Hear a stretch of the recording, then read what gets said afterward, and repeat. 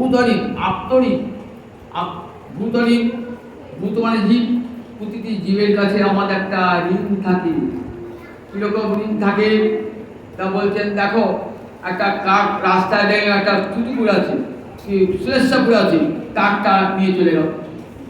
আপনার বাড়ির ময়লাটা কুকুরে খেয়ে দিল, বিড়ালে খেলো, তাহলে কেমন করে সুন্দর পরিবেশটাকে রেখে দিচ্ছি যাতে যাতে আমার কোনো রোগ ব্যাধি না হয়। তাহলে এরা আমাদের পরিবেশ বান্ধব, সুতরাং বন্ধু, সুতরাং এদের প্রতি আমাদের একটা ঋণ থেকে যায়। এটা কি করবো? বলির ভক্ত বলে কিন্তু প্রতিদিন আহারের শেষে এদের জন্য কিছু আহার দান করবে। দেখবেন আগেকার দিনে ব্রাহ্মণরা বা অন্য জাতীয় আহার গ্রহণ করে শেষকালে পাতে রেখে দিতেন। কেন পাতে রেখে দিতেন? আজ দেখবেন এটা নিয়ম আছে। কেন? ওই পাতের যে অন্নটুকু থাকলো না, সেইটুকুকে ধরে পশু পাখি ইতর প্রাণী করতে দেওয়া। তাহলে দেখুন দেখুন এমনি করে শোধ হলো, এমনি করে শোধ হলো, ভূতলীন শোধ হলো। আর দিদি সমস্ত মানুষের কাছে আমাদের ঋণ আছে। কিরকম? কৃষকের কাছে ঋণ আছে, তন্তুবাইয়ের কাছে ঋণ আছে, চিকিৎসকের কাছে ঋণ আছে, শিক্ষকের কাছে ঋণ আছে, সবার কাছে আমাদের ঋণ আছে। তাহলে সেই ঋণটা শোধ করবো কেমন করে? অতিথি পূজনের দ্বারা, অতিথি সেবার দ্বারা সেই ঋণটা শোধ হবে। তাহলে 5টা ঋণ শোধ হল। আর 5 জায়গায় হিংসা হয়। কণ্ডনী, পেশনী, চুল্লি, চতুর্ভিচ মার্জনী। কণ্ডনী মানে হামাল দিস্তাম বা গাত্র চুলকানির সময় আমার অনিচ্ছা তো অনেক পোকামাকড় হয়ে যায়। হামাল দিস্তা কিছু বুঝছেন তো, বহু পুরেশটা মশা করি অনিচ্ছা। পেশনী জাতায় পিসছেন, কড়াই পিসছেন, কড়াই পিসতে তাকে একটা পিঁড়ে পিছিয়ে আগুন ধরাচ্ছেন, দেখলে একটা বউ করে বসালে পুড়ে পড়ে গেল। জল পুকুর থেকে, সমুদ্র থেকে জল নিচ্ছেন, নদী থেকে জল নিচ্ছেন, ঘড়ায় করে জল নিচ্ছেন, তো ঘড়ায় যখন জলটা ঢুকছে, সেটা বেগে ঢুকছে, তখন ছোট ছোট ক্ষুদ্রাতি ক্ষুদ্র প্রাণী তারা বলে। কণ্ডনী আর মার্জনী যখন উঠান পরিষ্কার করছে ঝাঁট দিয়ে, তখন দেখবেন দেখতে পাচ্ছেন কি কত ক্ষুদ্র ক্ষুদ্র প্রাণী মরে গেল। এই 5 জায়গায় হিংসা হয়ে গেল। একটা ছোট পিঁপড়েকে মারলেও কিন্তু পাপ হয়। একটা ছোট পিঁপড়েকে কিন্তু মারে না, তার হিংসা হলো, হিংসা মাত্রেই পাপ। তাহলে সেই আমি তো রাজের বলছি কি হবে? তা বললেন, পঞ্চসুনা গৃহস্থস্য পঞ্চযজ্ঞাদ বিনাশ্যতি। ওই যে 5টি যজ্ঞের কথা বললাম, ওই 5টি যজ্ঞের দ্বারা আমার 5টা ঋণও শোধ হয়ে যাবে, আর 5 জায়গায় হিংসাও নষ্ট। ব্যবস্থা 5 জায়গায় ঋণ কোথায় কোথায়? দেব ঋণ, ঋষি ঋণ, পিতৃঋণ, ভূত ঋণ, নর ঋণ। এই 5 জায়গায় ঋণ আর 5 জায়গায় হিংসা। কণ্ডনী, পেশনী, চুল্লি, উদকুম্ভী আর মার্জনী। এই 5 জায়গায় হিংসা বলে 5 জায়গায় হিংসা আর 5 জায়গায় ঋণ শোধ হবে কেমন করে? পঞ্চযজ্ঞাদ বিনাশ্যতি। এই 5টি তা বলছে যারা কৃষ্ণভক্ত, গোবিন্দ চরণে, যারা গোবিন্দ চরণে মন প্রাণ অর্পণ করেছেন, আর কারোর কাছে কোনো ধর্মই পালন করেন না, তাদের ঋণগুলো থেকে যায়, বুঝে না? দেব ঋষি পিত্রাদিকে কবু নয়, তারা কোনো ঋণ থাকলো না, সব ঋণ শোধ হয়ে গেল যে গোবিন্দ চরণে আত্মনিবেদন। তার আর দেবঋণও থাকে না, পিতৃঋণও থাকে না, ঋষিও থাকে না, কোনো হিংসা যদি তার কোনো যোগ্য তাদেরকে করতে হবে না। কাম ত্যাজি কৃষ্ণ ভজে, শাস্ত্র আজ্ঞা মানি, দেব ঋষি ইত্যাদিকে কবু নহে ঋণ। আমরা শ্রীমদ্ ভাগবতে দেখি নবযোগীন্দ্র সংবাদ আছে, সেখানে শেষ যোগীন্দ্রের নাম করভাজন যোগীন্দ্র। সেই করভাজন যোগীন্দ্র তিনি মহারাজকে বলছেন যে মহারাজ দেবর্ষি ভূতাপ্ত নৃণাং, দেব ঋষি ভূত আপ্ত জনের কাছে কৃষ্ণভক্ত কখনো ঋণী হয় না। যো সর্বাত্মনা শরণং শরণং গত পরিহিত করতাম। আপন আপন কর্তব্যের সংসারে থেকে যায়, যে কর্তব্য করা উচিত শুরু করে আসে, পাপ হবে না? বলে হ্যাঁ, কোনো পাপ হবে না, কোনো পাপ হবে না। যে গোবিন্দ চরণে সর্বাত্মনা কেউ মন প্রাণ দিয়ে গোবিন্দ চরণে যিনি নিজেকে বিসিয়ে দিয়ে যাবেন, সরঞ্জিত জগতে একমাত্র আশ্রয় তিনি, সেই তার কাছে আশ্রয় গ্রহণ করে দেব ঋষি ইত্যাদির কাছে ঋণটা তার আর থাকে। সবার, আমাদের সবার কিন্তু ঋণ থাকে, কিন্তু গোবিন্দ চরণে যে শরণাগত, ভালো করে শুনে গেলে শরণাগত হতে হবে। একদিন দীক্ষা নিয়ে চোখে জল ফেলে কাঁদলাম, শরণাগত হওয়া যায় না। শরণাগতি 6টা লক্ষণ আছে, আগে বহুবার বলেছি। কি কি লক্ষণ শরণাগতি, কি কি লক্ষণ আছে? আনুকূল্যস্য সংকল্প, প্রাতিকূল্যস্য বিবর্জনম, রক্ষি সত্যি বিশ্বাস ও ভক্তিত্বে বর্ণম তথা আত্ম অনিক্ষিপ কার্পণ্যে সর্বিদা শরণাগতি। এই 6টার নাম শরণাগতি। ভালো করে নিজেকে চিন্তা করলে আমার হয়েছিল, এগুলো আমার হয়েছিল, যদি হয় তবে আমি এই ঋণ শোধ করতাম আমাকে। কি কি? আনুকূল্যস্য সংকল্প, যা গোবিন্দ ভালোবাসেন সেটাই কেবল করব, অন্য কিছু করব না। গোবিন্দের অনুকূল, গোবিন্দ সেবা, গোবিন্দ ভজনে অনুকূল যা, আমি তাই করি। মনে মনে করি কিনা, যদি করি তাহলে আমি সর্বদাই লক্ষণ পেয়েছি। প্রাতিকূল্যস্য বিবর্জনম, যা কৃষ্ণ ভজন বিরোধী তাকে সম্পূর্ণরূপে পরিত্যাগ করব, প্রাতিকূল্যস্য বিবর্জনম। রক্ষি সত্যি বিশ্বাস, গোবিন্দ আমাকে রক্ষা করবেন এই দৃঢ় বিশ্বাস অন্তরে। আমি বিপদে পড়ে একবার এই কাজ ছুটি, তার কাজ ছুটছি, কৃষ্ণ ভক্ত কার কাছে ছুটবো না। যে গোবিন্দের চরণ আমি শরণাগতি গ্রহণ করি, সেই গোবিন্দ আমাকে বাধা বলে, বাধাবেন না। তিনি একমাত্র রক্ষাকর্তা, তিনি ভক্তিতে তাকে রক্ষক রূপে বরণ। আত্মনিক্ষেপ, নিজেকে সম্পূর্ণরূপে নিক্ষেপ করে দেওয়া, নিবেদন করা, কার্পণ্যে। আর আমি তোমার কৃপার পাত্র প্রভু, আমার ভজন নাই, সাধন নাই, গৌরাঙ্গ হই তোমার চরণে আশ্রয়। এই 6টা লক্ষণ থাকলে তবে কিন্তু সে পারবে ওই 5টা ঋণ তার করবে। কে করে দেবে? তৃষ্ণকট্য মহাশয় বলে, তাদের যে ওই পিতৃঋণ দেবঋণ থেকে গেল, কে 5 যুগে কে করে দেবে? বলে 3 কোটি মহর্ষি তাদের হয়ে এই কাজটা করে দেবে। কেউ তার দেবঋণ ঋষি শোধ না করে, কে করে দেবে? তাদের হয়ে তৃষ্ণকট্য মহাশয়, 3 কোটি মহর্ষি এসে তাদের ওই ঋষির যোগ্য সব করে, ঋষির বা পঞ্চযোগ্য তাদের। আচ্ছা, যদি কোনো শরণাগত জন্য পাপ উপস্থিত হয় বা নিষিদ্ধাচারে মন যায়, বলে না না, নিষিদ্ধাচারে মন যাবে না।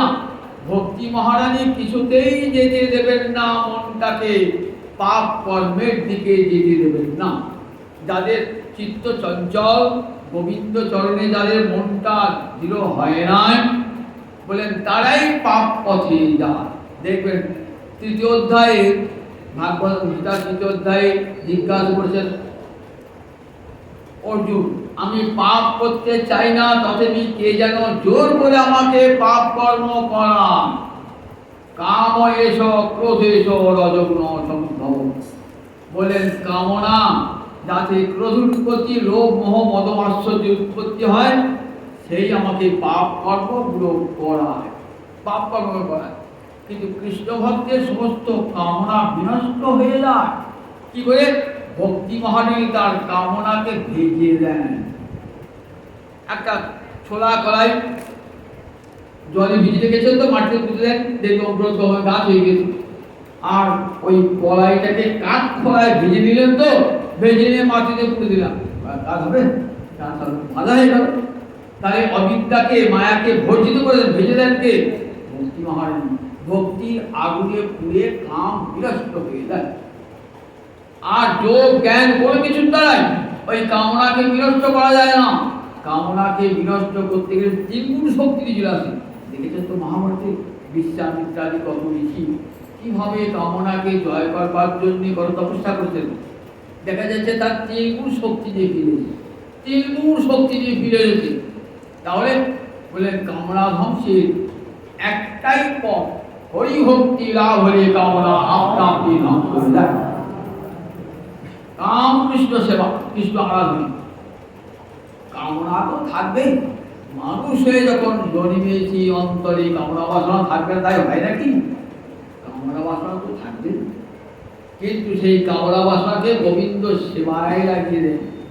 কাম কৃষ্ণ আরাধনা অন্তরে কেউ ইচ্ছা জাগুক, আমি বাড়িতে গাছ লাগাবো গোবিন্দ সেবার জন্যে, বাড়িতে গাভী পুষবো গোবিন্দ সেবার জন্যে, ফুল গাছ লাগাবো গোবিন্দ সেবার জন্য, আম গাছ লাগাবো গোবিন্দ সেবার জন্য, বাড়ি করবো গোবিন্দ সেবার জন্য, আমার বাড়ি হবে গোবিন্দের মন্দির, বিবাহ করবো কেন না তার দ্বারা আমার কৃষ্ণ সেবার সাহায্য হবে, সন্তান চাইবো কেন সেই সন্তান আমার কৃষ্ণ সেবা বংশ পরম্পরা আমার গোবিন্দের সেবা করবে। তাহলে এইভাবে যদি কামনাকে গোবিন্দ সেবায় লাগিয়ে দেন, তাহলে সেই কাম আর ক্ষতি করবে? সেই কাম ক্ষতি করবে না, সে কাম আর ক্ষতি করবে না। বলেন কামের যে বীজটা ধ্বংস করে দিয়েছে, ধ্বংস হয়ে গেছে। দেখবেন অজামিল উপাখ্যান ভাগবতের সন্তুষ্ট, সেখানে দেখা যাচ্ছে কিন্তু 28 প্রকার নরকের কথা বলে বলে ভয়ঙ্কর নরক। তবে যে পাপগুলো ধ্বংস হবে কেমন করে? বলেন প্রায়শ্চিত্তের দ্বারা। প্রায়শ্চিত্তের দ্বারা আপনি পাপ হয়ে যে গোবাদ করেছিলেন, প্রায়শ্চিত্ত বলে পুরীর কাছে গেলেন, পুরী একটা আপনাকে পদ্ম দিয়ে বিরাট পদ্ম বা সেই প্রায়শ্চিত্ত করো, প্রায়শ্চিত্ত করে আবার কিংবা দেখলেন সেই পাপকে সাহায্য। কেমন? কুঞ্জর শৌচবা, কুঞ্জর হাতির গায়ে ময়লা লেগে কাদা লেগে থাকতো, এবারে আপনি ভাবে হাতিকে সরোবরে গিয়ে নামিয়ে ভালো করে গাটা ধুয়ে নিয়ে পরিষ্কার, ময়লা নাই, কিছু দূর এসে হাতে রেখে আবার জল কাদা, সেখানে গলা ডুবতে থাকে। তাহলে এত করে স্নান যে করালেন, তার কি ফলটা হলো? কোনো ফলটাই হলো, ব্যর্থ হয়ে গেল, পরিশ্রমটাই সার হলো। তাহলে যজ্ঞ করলেন, পুরীর দেখে কত পয়সা খরচ করলেন, কাঠ পড়ালেন, ঘি আনলেন, বললেন পাপ ধ্বংস করলেন, আবার কিন্তু সেই পাপের বিষটা তো গেল না, আবার পাপ। বলে জ্ঞানের দ্বারা, বলে জ্ঞানের দ্বারা পাপ ধ্বংস হয় কেমন জানেন? বেণুগুল্ম বিবাদল, চোখদেব বলছেন কথা বলে খুব ভালো করে শুনবেন। বেণুগুল্ম বিবাদল, বেণু মানে বাঁশ, বাঁশের বাগানে আগুন লাগিয়ে দিয়েছে, বাঁশগুলো সব পুড়ে ছাই হয়ে গেল। তো আগে ভালো বাঁশের বাগানে নষ্ট ভারী হলো বাবা। ও বাবা, বর্ষাকালে আবার বৃষ্টিপাত হয়ে গেলে সব বাঁশের গোড়া থেকে আবার কোনো বেরো গেছে, আবার জামকা থেকে ফিরবার বাঁশের ঝাড় যেমন যেতে, কেন? আগুনটা তো ভিতরে যায় না, আগুনটা তো উপরে উপরে পুড়িয়েছে। ঠিক তেমনি বললেন দেখো, ওই জ্ঞানাগ্নি কি করে? সব কর্ম ভস্মসাৎ করে বটে, কিন্তু ওই একবারে পাপের বীজ যে অবিদ্যা, তাকে ধ্বংস করতে পারে না। তাহলে বলেন পৃথিবীতে একটাই প্রায়শ্চিত্ত আছে। কি প্রায়শ্চিত্ত? বলতে দেখুন, কেচিৎ বলে জগতে খুব সামান্য, কেচিৎ বাসুদেব ভক্তা, জগতে কৃষ্ণ ভক্তের সংখ্যা অতি অল্প। গীতা ভাগবত পড়লেই দেখবেন, বাইরে হয়তো অনেকে তিলকমালাদি সব রয়েছে, গুরু সব রয়েছে, কি সত্যিকারের কৃষ্ণ ভক্ত তারা না। সত্যিকারের কৃষ্ণ ভক্ত ঠেলা আছে, কষ্ট আছে। সত্যিকারের কৃষ্ণ ভক্ত আপনি মালা তিলক আদি নিয়ে যেখানে সেখানে ভোজন আদি করছেন, যেখানে সেখানে কবল তাবিজ কবল বাঁধছেন, যেখানে সেখানে হত্যা দিচ্ছেন, তাহলে কৃষ্ণের বিশ্বাস তো নাই। ও মালা তিলকটাই আছে, কিন্তু কৃষ্ণের বিশ্বাস তো নাই। তাহলে তাকে কি কৃষ্ণ ভক্ত বলবে নাকি? তাকে কৃষ্ণ ভক্ত বলবে? ওর বাইরে একটা সাজ লোক থাকানো, সাজ মানে যথার্থ যদি কৃষ্ণ ভক্ত হন দরকার। বলে দেখো সমস্ত পাপের বীজ আপনার ধ্বংস হয়ে যাবে। বলে দেখো ওই তাদের আর কোনো ঋণ বললেন কে চিত কেবল ভক্তা বাসুদেব পড়ায় না। জগতে কে চিত মানে খুব সামান্য লোক আছেন যারা কৃষ্ণ ভক্ত, তারা কি করেন? কি বলয়া ভক্তা বিশুদ্ধা কৃষ্ণ ভক্তির দ্বারা অঘমে দুর্নন্তি কাস্নেহ। অগমানে পাপ, পাপকে বিনাশ করে দেন সমগ্র রূপে। কাস্নেহ অর্থাৎ পাপের বীজটাকে পর্যন্ত ধ্বংস করে দেন। সেই কেমন? নিহারম ইব ভাস্কর। নিহার মানে শিশিকণা। আমি হেমন্তকালের দিনে মাঠে বেড়াতে গেছেন, তো ঘাসের ডগায় কত শিশির বিন্দু ঝলমল ঝলমল ঝলমল করছে। এবার মধ্যাহ্নকালে যান, দুপুরবেলা যান, দেখবেন আর একটাও শিশির বিন্দু নাই। কে শুষে নিল? সূর্যদেব শুষে নিয়েছে সব, সূর্যের কিরণ। ঠিক তেমনি সমস্ত পাপ কে শুষে নেয়? কৃষ্ণ সূর্য আপনার হৃদয় হৃদয়ে সব পাপ। তাই অজ্ঞানে যদি বা হয় পাপ উপস্থিত, কৃষ্ণ তারে করেন শুদ্ধ, না করেন প্রায়শ্চিত্ত। এটা তো কবি আসবে সেই কারণ ভাষা। অজ্ঞানে অজ্ঞানে কোনো পাপ তিনি কেউ করে ফেললেন। কৃষ্ণভক্ত পাপ করে নিষিদ্ধ কর্ম তাদের মন যায় না, বিকর্ম তাদের মন যায় না। তিন রকমের কর্মস্থ, কর্ম, অকর্ম, বিকর্ম। গীতা পড়েছেন তো? কর্ম, অকর্ম মানে কর্ম না করা, কর্ম মানে শাস্ত্রবিহিত কর্ম করা, আর বিকর্ম মানে নিষিদ্ধ কর্ম করা। আপনি যদি কর্ম না করেন তাহলে কেউ ওই বিকর্মের মনটা চলে যাবে। সেটা শাস্ত্র করেছে, দেখো কর্ম করে দাও, যার যার কর্ম সেই সেই কর্মকে আমরা কর্ম করি, তাহলে বিকর্ম আসতে হবে। তাই অজ্ঞানে যদি হয় পাপ উপস্থিত, যদি পাপ উপস্থিত হয়ে যায় অজ্ঞানেতেও, কৃষ্ণ তারে করেন শুদ্ধ, না করেন প্রায়শ্চিত্ত। কৃষ্ণ তাকে শুদ্ধ করে নেন আপনি, তার আর প্রায়শ্চিত্ত কৃষ্ণ ভক্তে আর কোনো প্রায়শ্চিত্ত নাই। হরিনামের মতো আর প্রায়শ্চিত্ত আছে, সর্বমহাপ্রায়শ্চিত্ত যে প্রভুর নাম। কৃষ্ণ নামের মতো না এত বড় প্রায়শ্চিত্ত জগতে আর কোথাও। সুবুদ্ধির আর মুসলমানের জল খাইয়ে দিয়েছে, শুনেছেন তো? মুসলমানের জল খাইয়ে দিয়েছে, জাতি নষ্ট হয়ে গেছে। কারণ ওদের গোড়া হিন্দু সমাজ তো, সুবুদ্ধা করে তুই দেখো আর তুই মুসলমান হয়ে গেছো, তোমাকে আর নেবো না, জাতে নেবো না। এখানে সেখানে পণ্ডিতের কাছে গেলেন, কাশি পণ্ডিত গেলেন, তোমার স্বধর্মে ফেরার কোনো উপায় নাই, মুসলমান তুমি জল খাইবে। কাশিতে গেলেন, কাশি পণ্ডিতে বলেন তোমাকে তপ্ত ঘৃত খেয়ে প্রাণ পরিত্যাগ করতে হবে। বাবা, গরম গরম ঘি খেয়ে প্রাণ পরিত্যাগ করতে হবে।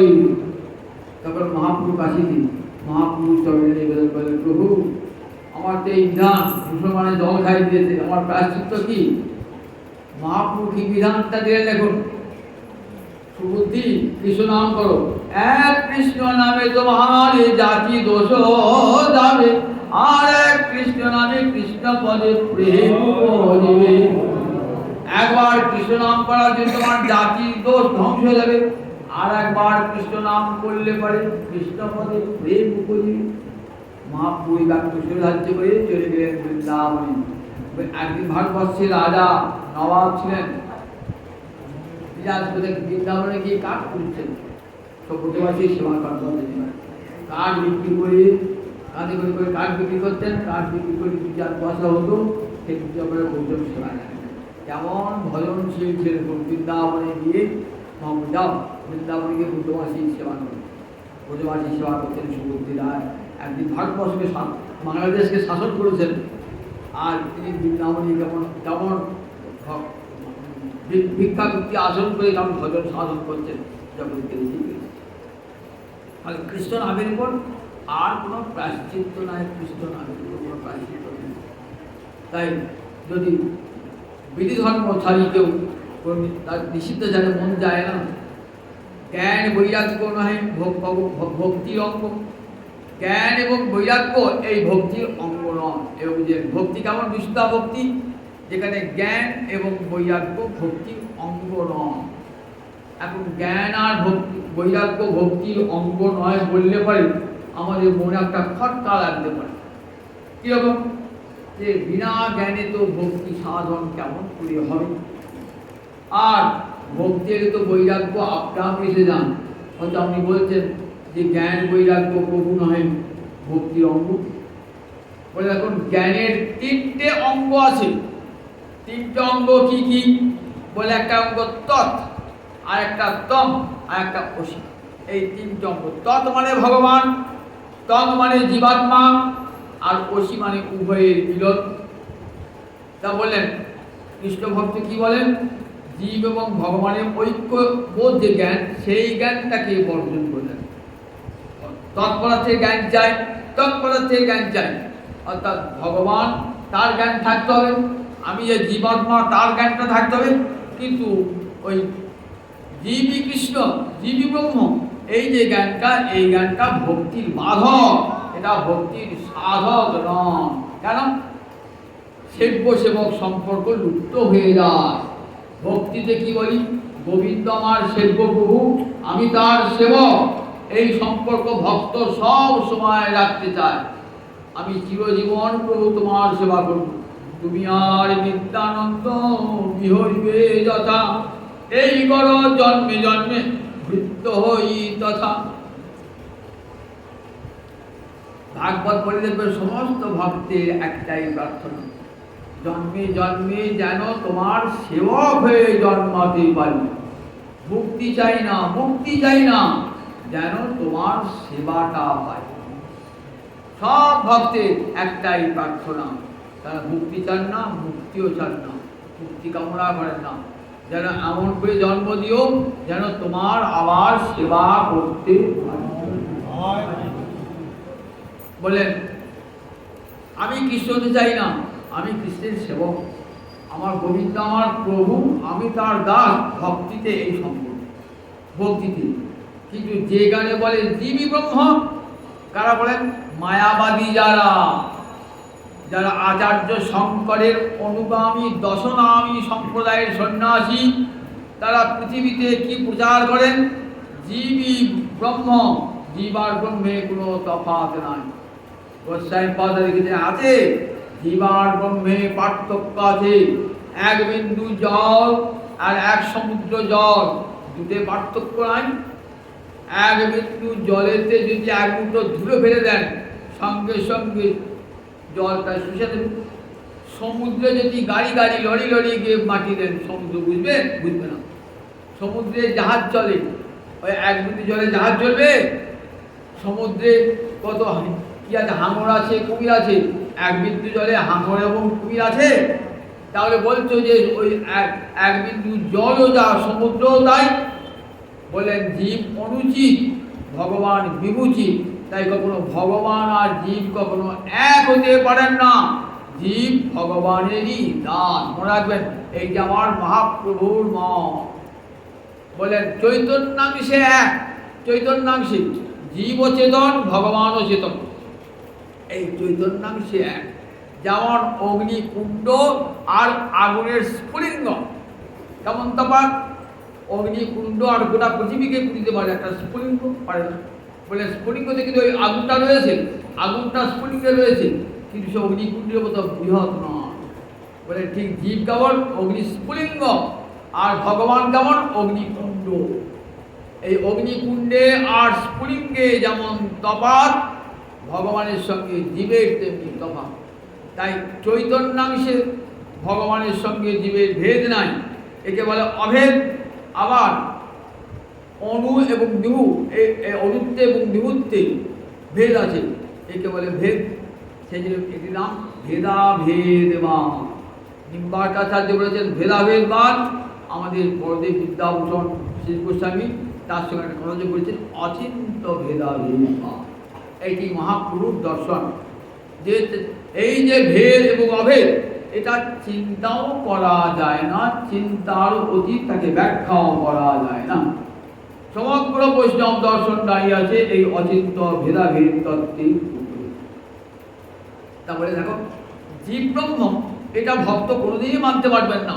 জীব বলেন আমি ভগবানের দাস, জ্ঞানী বলেন আমার আর সেব্য কেউ নাই, আমি তো সেই ব্রহ্ম, আমি তো সেই ব্রহ্ম।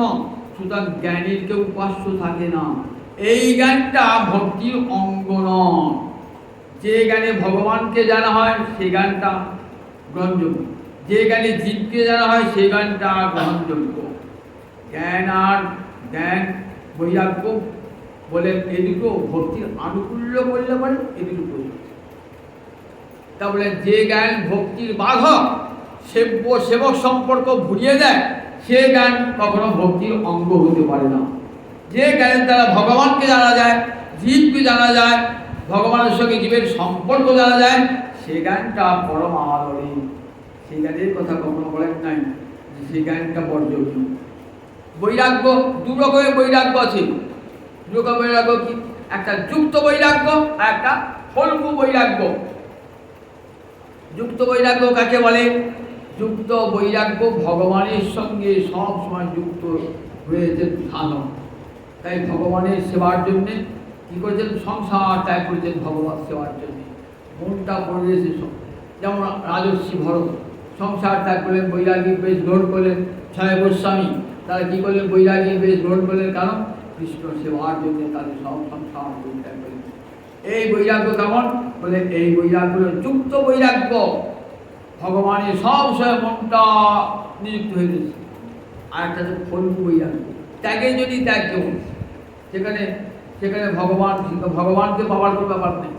ত্যাগের জন্য ত্যাগ করেছেন, সেই ত্যাগে কি আছে, অন্তরত সুপ্ত বাসনা থেকে যায়। কৃষ্ণ ভক্তি না থাকলে বাড়ি কি হয়, অন্তরে সুপ্ত বাসনা কেমন ফল্গু নদীর মতো, তাই ফল্গু বৈরাগ্য বলে।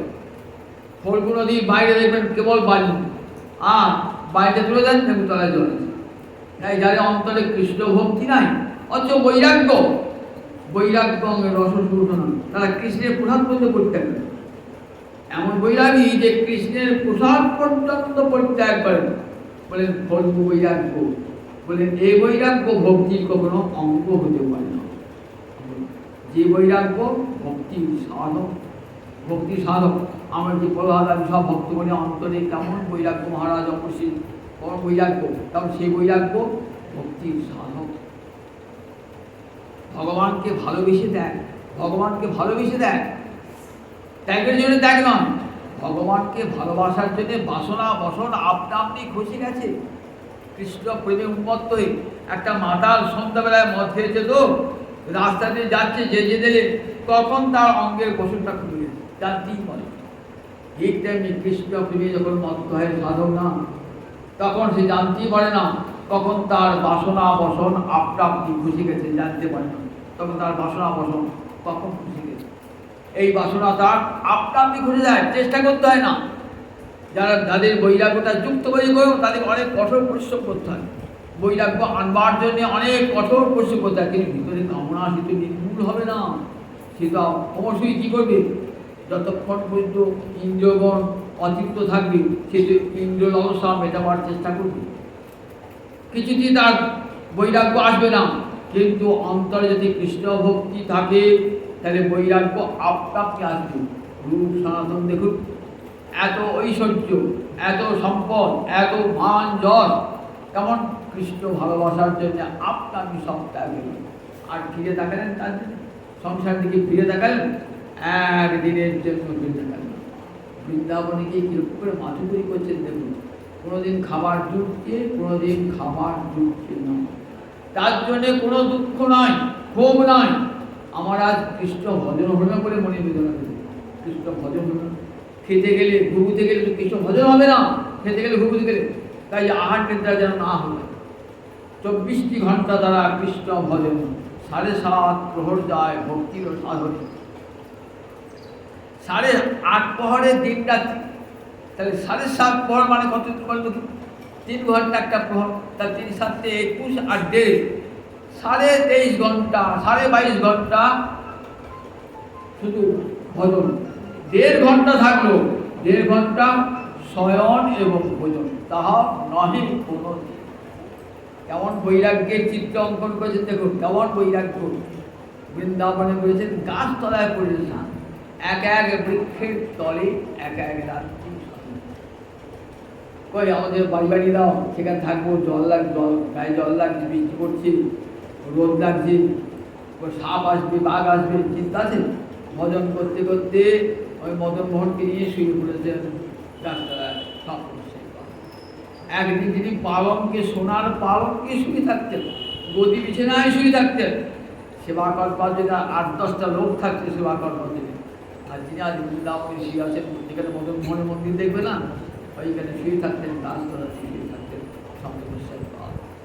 রূপকোষেই পাল, যেখানে গোবিন্দ মন্দির দেখে বৃন্দাবনে, ওইখানে রূপকোষেই পাল গাছতলায় শুয়ে থাকতেন, গাছতলায় শুয়ে থাকতেন। তখন তো বৃন্দাবন সব বন জঙ্গল, তখন তো পাকা বাড়ি হয় না, কিছুই হয় নাই, সব ওই গাছতলায় শুয়ে থাকে বসান সব। কোনোদিন আহার যুক্ত, যুক্ত দেখেছেন তো কেমন করে মাধু কবু চানা চর্বণ কবু পাস লোকে সুধাই বলে সনাতন গোস্বামীর গায়ে একটা কম্বল ছিল, শীতকালে যাচ্ছিলেন, ভগ্নিপতি শ্রীকান্ত দিশো যাও, শীত আসছে, অঘ্রাণ মাস, একটা কম্বল নিয়ে যাও। সে কম্বলটা দিয়েছে তো মহাপ্রভু টাকি দিয়েছে কম্বলটা, বুঝতে পেরেছে ভক্তের বিষয় লোক কেন মহাপ্রভু বারবার কম্বল দিন তাকে চেতাম। বৈরাগ্য গ্রহণ করছো একটা দামি কম্বল, 3 টাকার কম্বল, কত দামি তখনকার দিনে আজ থেকে 550 বছর আগে ওই 3 টাকার কম্বল কিন্তু খুব দামি, 3 টাকার কম্বল, সেই ভোট কম্বল বলতো, সেই কম্বল গায়ে আছে 3 টাকা।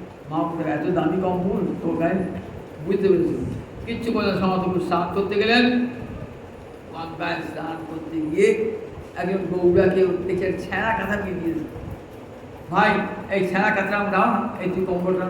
ঠাট্টা করছি আমার সে ঠাট্টা করি নাই, এই থাকলো ভোট কম্বল, আমি তোমার ছেঁড়া কাঁথা দিতে। এইবার সম্পূর্ণ বৈরাগ্য এসেছে, সনাতন তোমার সম্পূর্ণ বৈরাগ্য। এই বৈরাগ্যের আদর্শ 6 গোস্বামী, পরবর্তীকালে আরও সব গোস্বামী লিখেছেন, 6 গোস্বামী কেন, লোকনাথ গোস্বামী, ভূগর্ভ গোস্বামী সবাই লিখেছেন এই বৈরাগ্যের আদর্শ। মহাপ্রভু আগে গেছেন লোকনাথ গোস্বামী প্রভু, কোথায় শুয়ে আছেন, গাছের শিকড়ে মাথার বসে আছে। রঘুনাথ দাস গোস্বামী পা তখন তো এখন যেমন দেখছে রাধাকুণ্ডে মাতানো ঘাট মাতানো সব কিছুই নাই তো, সেখানে কী আছে, এঁটেল কাদা আর তার গুছা আছে, ওপর সেখানে জল পড়ছে, তার উপরে ভয়ঙ্কর রোদের সময় ভয়ঙ্কর ধান ক্ষেতের মতো সব ফুল আছে সেইখানে। মনোবার ভাবছে রঘুনাথ দাস গোস্বামী যে হ্যাঁ ধান ক্ষেতের মতো কুণ্ড করে রয়েছে, আর রাধাকুণ্ডের মহিমা কেমন, যে একবার যে স্নান করবে রাধা স্নান প্রেমভাবে কি স্নান করবে কী করে, জমিয়ে দিতে ঘুমিয়ে গেছে, খাবার খালি জল আছে, সেখানে স্নান করবে কী করে থাকে। যদি এটাকে কাটানো যেত তাহলে ভালো হতো, কিন্তু মেলা টাকা খরচ তো, ম্যাডাম তখন কত বড় ছেলে ইচ্ছে করে করতে পারতেন, কিন্তু কত বড় ছেলে বাবার টাকা নেবেন না, বিষয়ী টাকা নেবেন না, বাবাকে বলি বাবা টাকা বেড়ে দেবে, মনে ভাবি রাধার যদি ইচ্ছা হয় তাহলে রাধা কুণ্ডে ক্ষণ হবে। বদ্রিক আশ্রমে গিয়ে যাকে শেঠ ধনীমণি বলছে এখানে নারায়ণের বিশাল মন্দির বানিয়ে দেবো, রাত্রে নারায়ণ সংগ্রাম করছেন, এখানে মন্দির বানাবার কোনো প্রয়োজন নাই, এখানে মন্দির বানাবার জন্য বহু লোক আছে, তুমি যাও বৃন্দাবনে রাধা কুণ্ডের তীরে রঘুনাথ দাস গোস্বামী আছেন, তাকে দাও বা টাকাটা, রাধা কুণ্ডের সংস্কার কাজ। সে তো কিছুই চায় না, ঘুরতে ঘুরতে এসেছে, ঘুরতে ঘুরতে এসে শুনেছি ওই দেখছেন একটা জমি আলের মাথায় বসে আছেন রঘুনাথ দাসের ভজনের সাথে, তো মগ্ন সবটা হাড় আধি করে কাঁদছে নয়ন জলে মানুষ। তুমি রঘুনাথ দাস কেছো? হ্যাঁ, আমাকে বদ্রীনারায়ণ স্বপ্ন দিয়েছে, এই নাও টাকা, এই টাকা দিয়ে তুমি রাধাকুণ্ড সংস্কার করে। না না, টাকা তো আমি কোনো জীবনে ছুঁই নাই, বাবা টাকা পাঠিয়েছিল যখন পুরীধামে থাকতাম, আমি হাত দিই নাই, লোক ছিল আমার সঙ্গে তারাই ছিল। আবার সেই টাকা নিয়ে মহাপ্রভুকে কিছুদিন খাওয়ার পর দেখলাম না, ঠিক জোর করে মহাপ্রভু আমার বাবা বিষয়ী, তার টাকা দিয়ে আমার ভগবানকে খাওয়াও, আমি যার টাকা গ্রহণ করে যাই, তার টাকা আমি নেবো না, তুমি রাধাকুণ্ড খনন করলাম, তুমি বেঁচে যাই। সে নিজে রাধাকুণ্ড দেখেছেন তো কত টাকা নিয়েছেন, টাকা নিয়ে হাতে দিলেন না পরিচয় গোস্বামী। আকবর শাহ গিয়েছেন সনাতন গোস্বামী ভক্তি, একবার দেখবেন এই সনাতন গোস্বামী গিয়েছেন, রাজমুখ দর্শন করবেন না, সন্ন্যাসী তো। রাজা গেলে আমরা কি করি, মন্ত্রী ভর্তি এরিয়া করে ছুটে গিয়ে তাকে সব ফেলে দিয়ে টাকা পাবো বলি তো, টাকা পাবো বলি। আর সনাতন গোস্বামী আকবর গিয়েছেন তখন ভারতবর্ষের সম্রাট, সনাতন গোস্বামী বা দেখবার জন্য অনেক উন্নয়ন বিনয়ের পর সনাতন গোস্বামী তো এলেন, মুখটা উপর আকবর ভাবছেন একবার দিকে আমার দৃষ্টিপাত তো করলেন না, বলছে প্রভু তোমার কী সেবা করতে পারি? বলছে আমার তো কিছু অভাব নাই, রাধার ইচ্ছা কী সেবা করবেন, সেবা দেবেন না আমার প্রভু, আমার অন্তরের ইচ্ছা সেবা করা হবে। তারপরে তাহলে দেখুন ওইখানে যমুনা একটা ঘাট আছে, যদি ঘাটে অনেকে সব স্নান করে তো ঘাটটা বাড়িয়ে দেন। একবার গিয়ে দেখছেন ঘাটটা, একবার গিয়ে ঘাটটা তৈরি, ঘাট তৈরি করে কত খরচ, ঘাট তৈরি করলো গিয়ে দেখছেন বাবুর এই ঘাটের প্রতিটি সিঁড়ি কি দিয়ে বাঁধানো, সিমেন্ট দিয়ে নয়, মণি দিয়ে মাণিক্য দিয়ে বাঁধানো সব ঘাট। বলে বাবা অত টাকা আমার রাজকোষে না, বড় বড় সিঁড়ি, বড় বড় চওড়া সিঁড়ি, আর সব মণি দিয়ে মাণিক্য দিয়ে বাঁধানো। ফিরে এলেন, প্রভু সেবা করবার যোগ্যতা আমার রাম, সেবা করবার যোগ্যতা আমার রাম। কিন্তু একবারের কাছে টাকা বুঝে দিয়েছেন, কোনো পয়সা গ্রহণ করলেন না, কী বলে বৈরাগ্য। চরম বৈরাগ্যহীন কৃষ্ণ ভক্তি অন্তরে বৈরাগ্য। এই বৈরাগ্য ভক্তির সাধক। যে জ্ঞানে ভগবানকে ভালোবাসা হয় সেই জ্ঞান হলো ভক্তির সাধক। যে বৈরাগ্যে ভগবানকে আরাধনা করা হয় সেই বৈরাগ্য হলো ভক্তির সাধক। এই জ্ঞান বৈরাগ্য ভক্তির কাছে অর্জনীয় নয়, গ্রহণযোগ্য। তার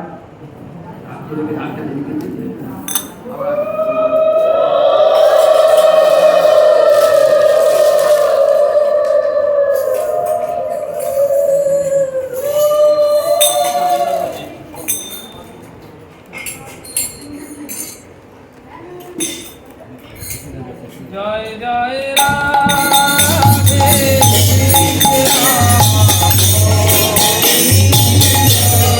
জয় জয়